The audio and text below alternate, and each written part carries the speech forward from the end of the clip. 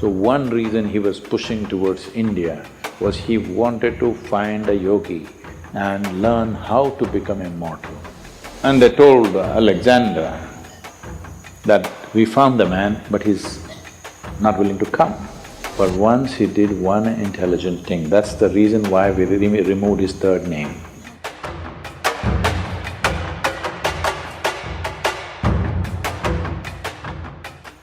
See, Alexander, in our history textbooks, school textbooks, they said Alexander the Great. They only got the first name, the middle name, they missed out the last name. His name was Alexander the Great Idiot. But because it was too long, somebody left out the last name.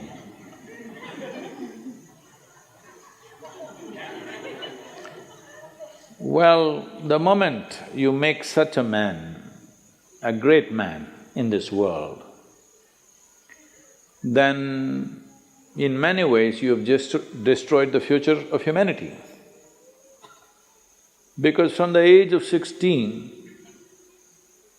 I think he died around 32 or 33, all he did was kill, kill and kill, without purpose. Going to new places and killing, going to new places and killing, saying, I have conquered this, I have conquered that.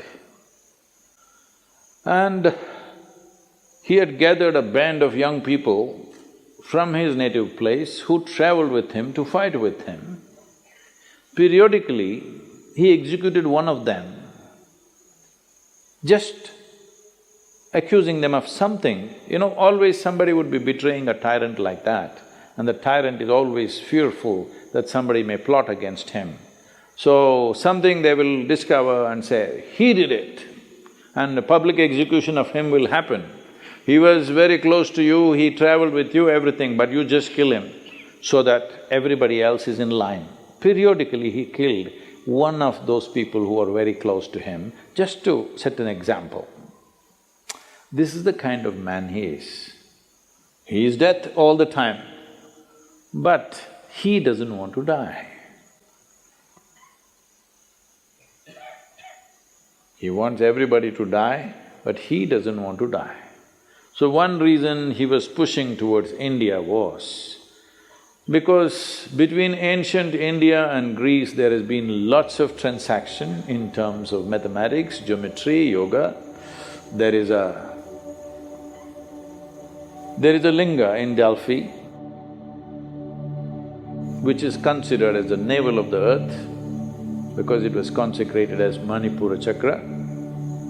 The Manipuraka is so powerfully established there, now it's been removed from its original place and it is sitting in the museum, but still bit cracked, but it's still little, badly skewed, I would say, but still so powerful after, I don't know, maybe 5,200 years or so.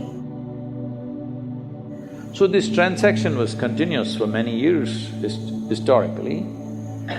So obviously they heard of yogis and mystics of India. So he had heard there are yogis who are immortal. So one reason he was pushing towards India was he wanted to find a yogi and learn how to become immortal. So then when he came close, when he crossed, I think Hindu Kush mountains, he crossed, right? He crossed the mountains. He came on this side, and then first thing is he sent out scouts to find what is happening out there and in case there is a yogi or a mystic, bring him. So they were looking out and then they saw a yogi sitting under a tree with just a loincloth, bare-bodied, blissed out. They went and looked at him and he said, hey, you come with us, our Sikandar wants you. If you do not know this, even today in Afghanistan, many people take this name Iskandar or Sikandar. The original word for this is The root word for this came from skanda. Skanda is Shiva's son, what we call as Muruga in Tamil Nadu. Because Skanda was such a great warrior, so this word traveled. Anybody who is a great warrior became Skanda, Iskanda. Skanda, Iskanda, Sikandar, transformation happened to the word. So they said, "Yogi, come." The yogi laughed and said, "I'm not going anywhere. I'm right here."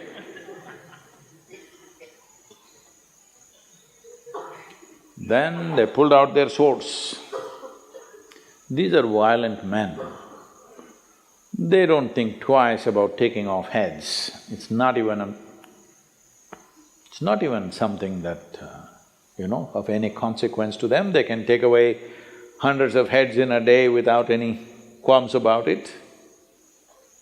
So, very violent men, they pulled out their swords and said, "Either you come or we'll take off your head."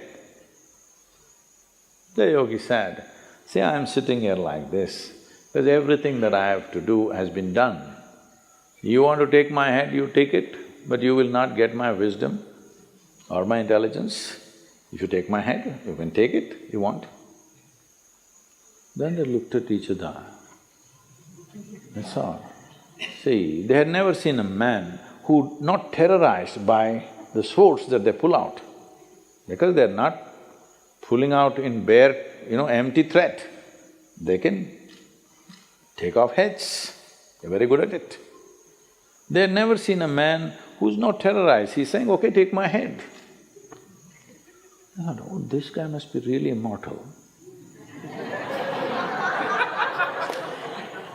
If somebody says, "Okay, take my head," he must be immortal. Then they try to coax him, "Please come." He said, "No, if he wants, let him come. He wants to know about immortality, let him come." Then they said, "Oh, he knows about it, so let's not damage him in any way." And they went back and they told Alexander that, "We found the man, but he's not willing to come. So he is not a home teacher, you have to go to him, he's a school." So he himself came. So Alexander sat on his horse and with great authority you spoke, "It seems you know about immortality, I want to know about it." The yogi looked up at him and said, "First get off that stupid horse." You sit on an animal which is less intelligent than you and suddenly you become like this. You see, I don't know, the moment people sit on a horse, somehow they think they're something. If you manage to ride an animal which is far more intelligent than you, then something. Huh? You ride a dumb four-legged animal, poor thing doesn't like to carry you, but what to do?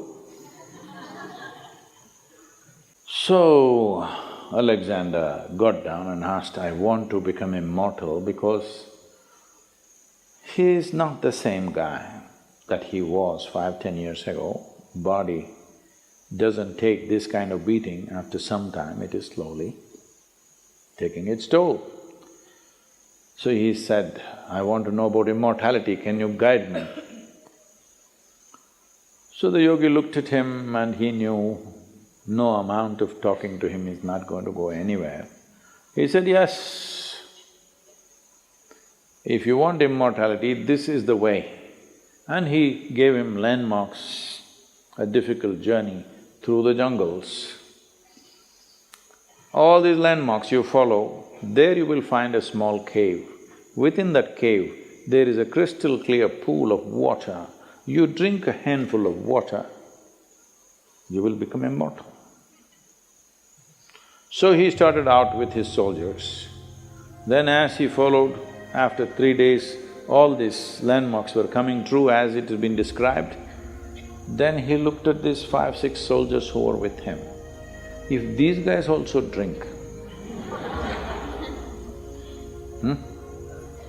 if they become immortal, then how to deal with them? Because all your life you dealt with everything with putting the fear of death into people. Now if these 5, 6 soldiers drink that water and they also become immortal, this is going to be a disaster, no control. 5 immortal people on the planet, not good. Just, I am immortal, this is good. So he said, you stay here. He left them for the last leg of the journey and he went by himself. Then he found that cave. Within the cave, he saw a pool of crystal clear water. He rushed in and he was about to drink. There was a crow sitting at the other edge of the pool and the crow said, wait. He looked at the crow, fortunately water slips out of your hands, you know. And the crow said, see, I drank this water, I don't know how many million years ago. And now I cannot die. I'm just sitting here endlessly. Just imagine, if you become immortal, you cannot even commit suicide. Hello? I want you to just imagine, this is the worst thing that can happen to you, that you cannot die one day. No relief. I'm sitting here for millions of years, there is nothing I can do. I have seen through generations of my clan, I'm not interested in anything right now, but I cannot die. Do you want my fate? He just sat there looking at the pool of water and the crow. For once he did one intelligent thing, that's the reason why we removed his third name. He walked away without drinking that. And how fortunate are we that he is not anymore here. But he looks like he's taking rebirth in many places. Many similar people keep coming up here and there, but at least he is not here. We must learn, understand and live knowing that in many ways, the best thing about you is you will die one day. Hello? Just see what a pest you would be if you did not die. Hello? Well, you must live a full life. Whatever is the fullest potential, you must live that. But you must die when it's time, isn't it? Huh? So, if you say death is negative, then what is positive? Immortality? That is the most idiotic thing you can do. Even an idiot like Alexander had the intelligence not to drink that water. So, it is very important to understand yoga is not about eternal life. Yoga is about sensible life.